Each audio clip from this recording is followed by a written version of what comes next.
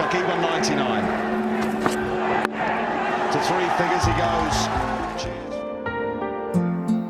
বাংলাদেশের ক্রিকেটের আলোচিত তারকা সাকিব আল হাসানকে আবার জাতীয় দলে নেয়ার বিষয়ে নতুন করে আলোচনা শুরু হয়েছে।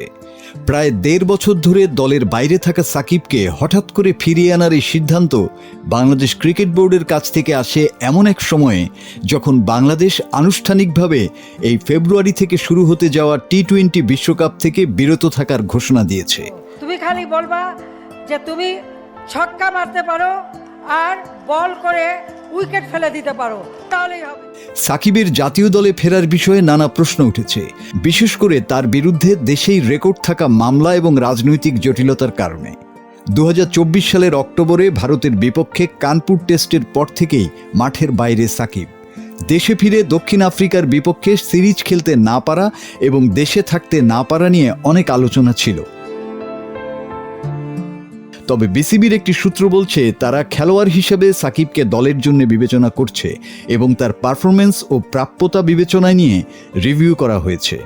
বোর্ডের পক্ষ থেকে বলা হয়েছে সাকিব নিজেও খেলায় আগ্রহ প্রকাশ করেছেন এবং বোর্ড তাকে সম্মান দিয়ে দলে নেবার চেষ্টা করছে।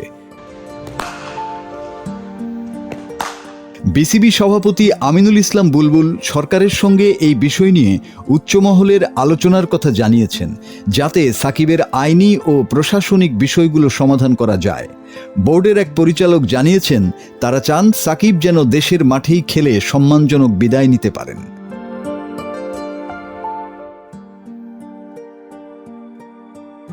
তবে প্রশ্ন থেকে যায়, এই হঠাৎ সিদ্ধান্ত অন্য সব চ্যালেঞ্জ ও সংকট ঢাকতে একটি কৌশল নাকি সত্যিই সাকিবের খেলার জন্য সুযোগ সৃষ্টি?